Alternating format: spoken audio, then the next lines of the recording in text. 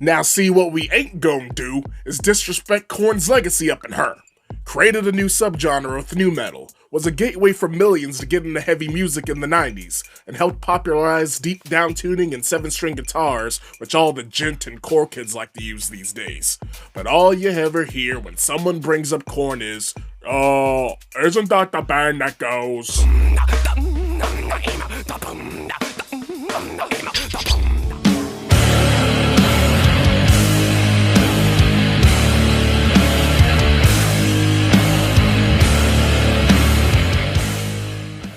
Greetings, hard and heavy music fans.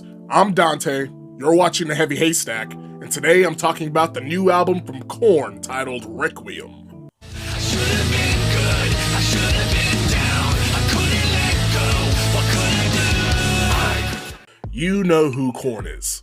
Do I really need to go over who Korn is? Well, in case there's some Generation Zs in the audience whose only knowledge of guitar is that pink thing MGK carries around, I'll give y'all the cliff notes. Korn formed in 1993 and released their monumental self-titled debut album in '94, pioneering and popularizing both the genre of nu metal and white boy dreads in heavy music. They achieved mainstream-level success in 1998 with third album Follow the Leader, which features their signature song Freak on a Leash, the music video for which is iconic, featuring frontman Jonathan Davis stopping bullets with the power of beatboxing. The Matrix wasn't even out yet until a month later. Take that, Neo. That record pushed the band to pop star status and had them rubbing shoulders with Britney Spears and the Backstreet Boys. 40 million albums sold, 2 Grammys, and 14 records later, here we are, with Korn still being a notable arena-level act and still releasing relevant records in the rock world. Speaking of relevance, Korn have been on an album hot streak for the past decade, following the return of founding guitarist Brian Head Welch in 2013, easing memories of their flailing experimental period of riding with dubstep DJs, trying to capture their early career ferocity, or that album so bereft of ideas they didn't even title it. See You on the Other Side is a classic at least. Their previous album, The Nothing, was released to critical acclaim, and the band is hoping to continue that success into this current record. With the pandemic slowing things down for the music world, Korn had more time to write and record this record, which makes it odd that this album is so short for the band, only 9 tracks and 32 minutes. But the shorter length should make the album all killer, no filler, right? Well, Requiem is strongly front-loaded, with the album's 3 singles featured within the first 4 tracks. Forgotten kicks things off strong with as Korn-y of a riff as you can get, and builds the song around this riff, using it for the pre-chorus as well as the opening.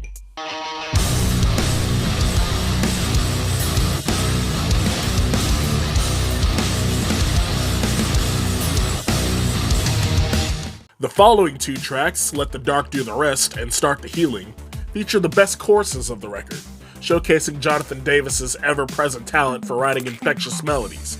And while the rumbling riffs of guitarists Head and Monkey keep these songs undoubtedly Korn, these leading tracks may come off a bit soft for longtime Korn fans. 4th track, Lost in the Grandeur, is the 3rd single off the album, but feels relatively weak for a Korn single.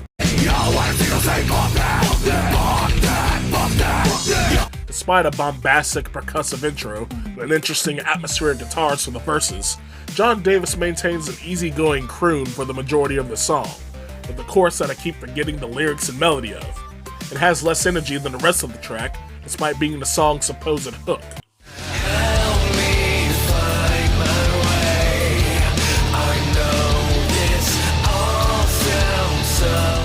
The following track, Disconnect, has an almost identical vibe and structure to Lost in the Grandeur, marking a lull in the record with 2 similar-sounding so-so tracks back-to-back.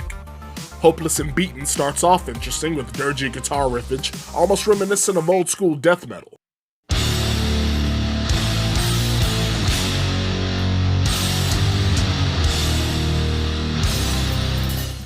But the rest of the song goes relatively simple with the instrumentation and structure, with Davis singing in a similar croon and pace as the previous tracks, continuing the sense of sameness this mid-album stretch has had.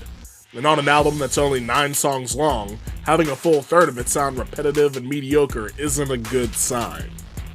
Thankfully, things begin to pick up again with Penance to Sorrow.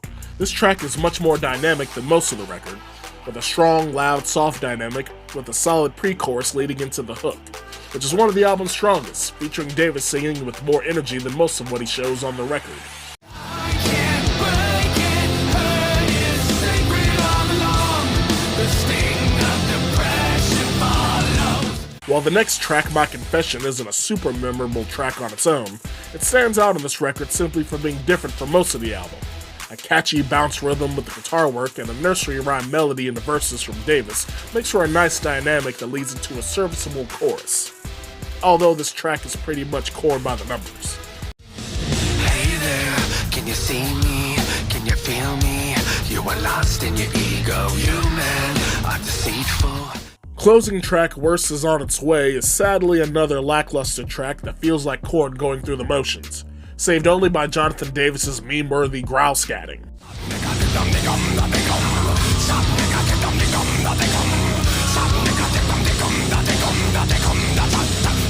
Beyond that vocal trademark, this song lacks anything memorable. The guitar work relies on a series of simple power chords and a forgettable melody with cliché lyrics that could have used a rewrite. Looking at Requiem as a whole, it's largely disappointing.